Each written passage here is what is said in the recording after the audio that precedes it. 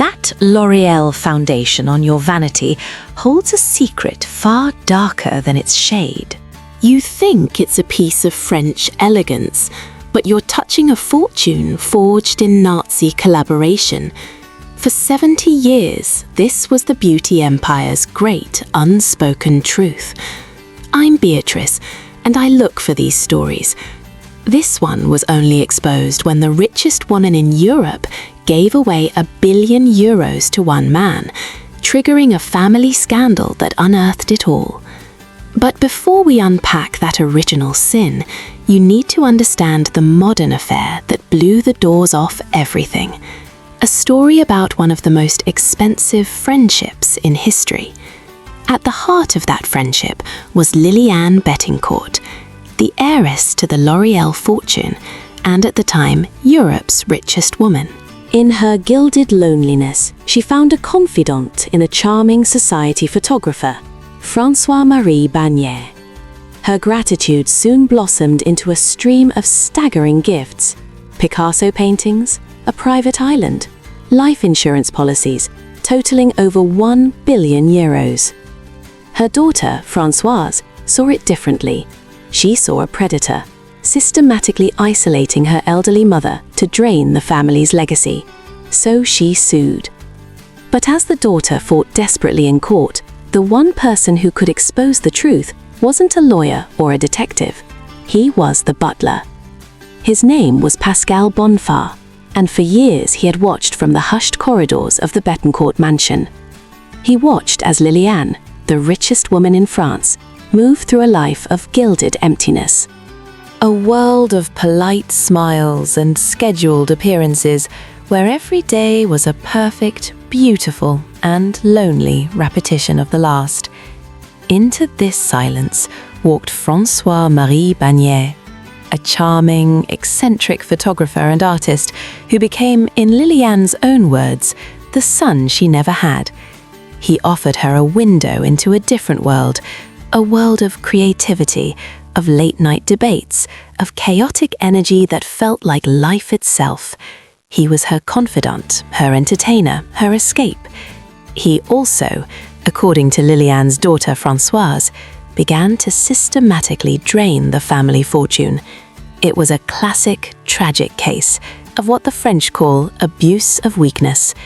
The daughter watched in horror as her mother, increasingly frail and isolated, gave this man everything. A painting by Matisse, a masterpiece by Picasso, a private island in the Seychelles worth €500 million, multiple life insurance policies worth another $253 million. He even became her sole heir.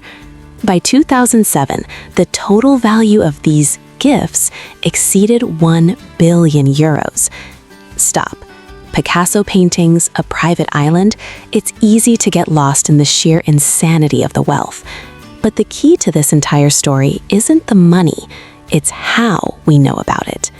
The next 30 seconds explain the single, desperate act that brought this entire empire to its knees. Miss this, and the rest of the story makes no sense. Pascal Bonfard, the butler, had seen enough. He felt a duty to the family he had served for over 2 decades, so he bought a cheap tape recorder. Every morning, when he brought Liliane her breakfast, he would hide the tiny device on the silver tray, press record, and leave the room. For over a year, he captured everything, every private meeting, every phone call, every damning conversation. He recorded 21 hours of secrets. He gave the tapes to the daughter, Françoise, a stack of 28 CDs. It was the smoking gun she needed for her lawsuit against Banier. So the daughter had her proof, 21 hours of recordings on 28 CDs. Case closed, right? Wrong. Because when lawyers listened to those tapes, they found something far more explosive than elder abuse. They found a conspiracy that reached the very top of the French government, all the way to President Nicolas Sarkozy himself. On those tapes, the conversations weren't just about art and affection. They were hushed discussions about hiding wealth. about 78 million euros, tucked away in secret Swiss bank accounts, shielded from the French tax authorities. Then came the testimony of Liliane's own accountant. She painted a vivid picture of being asked to withdraw 150,000 euros in cash. This bundle of notes was allegedly handed to a man named Eric Wirth, the treasurer for Nicolas Sarkozy's 2007 presidential campaign. And here is where the story truly takes a dark turn. Wirth wasn't just the campaign treasurer, he was also France's budget minister. The same minister who had recently approved a 30 million euro tax rebate for Eugène Bettencourt herself. The picture suddenly became terrifyingly clear. Tax evasion, secret accounts, envelopes of cash for the president's inner circle. This wasn't a family squabble anymore. This was the power of a shadow state, an immense fortune capable of bending the law to its will. But it begs the question, how does one family acquire enough power to corrupt a nation? To understand that, you have to look past the modern headlines. You have to dig deeper and unearth the original sin that started it all. A secret buried for 70 years in the ashes of World War II. That secret begins not in the fires of war, but in a small Paris apartment in 1909. A brilliant young chemist, Eugène Schueller, invents a synthetic hair dye he calls Loreal, the foundation of the company we now know as Loreal. For 2 decades, his story seems to be one of pure French ingenuity and entrepreneurial success. But then came the 1930s. France was a nation tearing itself apart. The air was thick with ideological poison. In the streets, violent clashes erupted daily between supporters of the left-wing coalition government and the newly emboldened far-right leagues. These leagues despised democracy. They dreamed of a strongman, a French Hitler, who would purge the nation. In this battle for the soul of France, Eugène Schueller made his choice. He began secretly funneling his growing fortune into one of the most violent of these groups, a terrorist organization called La Cagoule, the Hooded Ones. They were extremists who stockpiled weapons, murdered political opponents in broad daylight, and bombed synagogues across Paris. Schueller was no mere sympathizer, he was their banker. He hosted their clandestine meetings in the executive offices of Loreal itself. In 1941, with France under Nazi occupation, he even published a book openly expressing his envy for Nazi Germany, writing, "We don't have the dynamism of a Hitler pushing the world." Wait, a chemist who funds domestic terrorism. It's easy to write him off as just another radical from a dark chapter of history. But you must understand this about Eugène Schueller. For him, fascism was more than a political conviction. It was his business growth strategy. So, when Nazi tanks rolled down the Champs-Élysées in 1940, he didn't see a national tragedy. He saw the market opportunity of a lifetime. And his strategy paid off spectacularly. While ordinary Parisians faced rationing, curfews, and the constant fear of deportation, Loreal thrived. Schueller used his connections to secure massive, lucrative contracts directly with the Nazi regime. His factories, running at full capacity, churned out products for the German war machine. The most notorious example, a special varnish used to paint their fleet of U-boats, the Wolves of the Atlantic. The numbers tell a chilling story.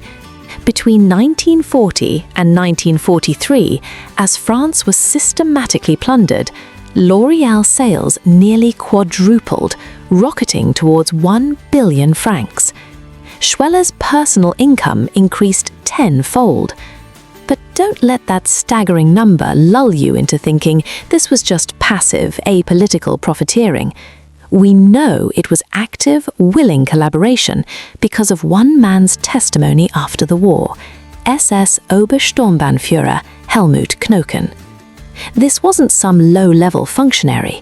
Knochen was the head of the Gestapo in Paris, the architect of the deportation of over 75,000 Jews from France to the death camps. And from his prison cell, this monster of history identified Eugène Schueller, in his own words, as a collaborateur volontaire, a voluntary collaborator.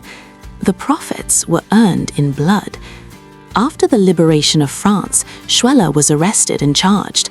But the power of money and influence, a skill the family would perfect over generations, was already at work.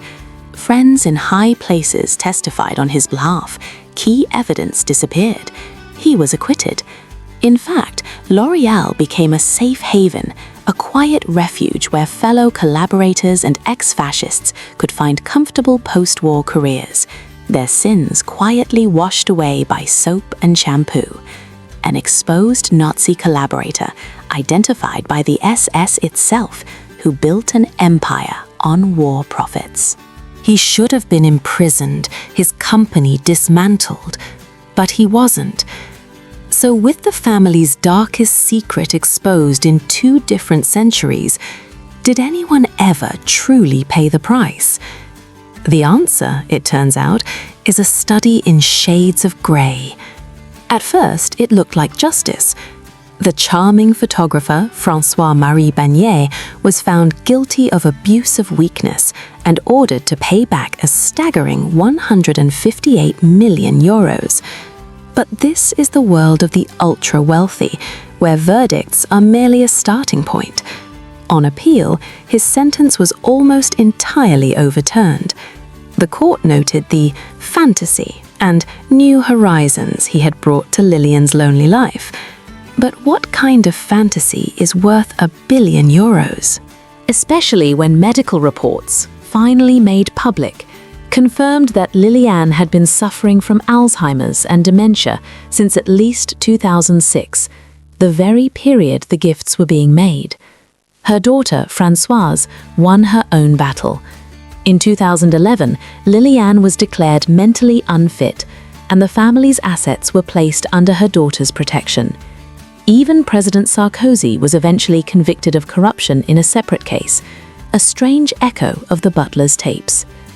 Then, in 2017, Lillian Bettencourt died at the age of 94.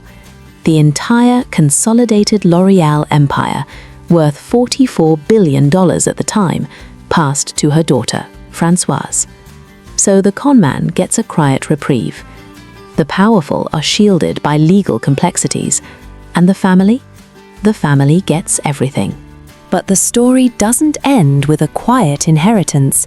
It ends with what that fortune has become today, a number so vast it defies meaning, a global empire built on lipstick and on history that was almost completely washed away.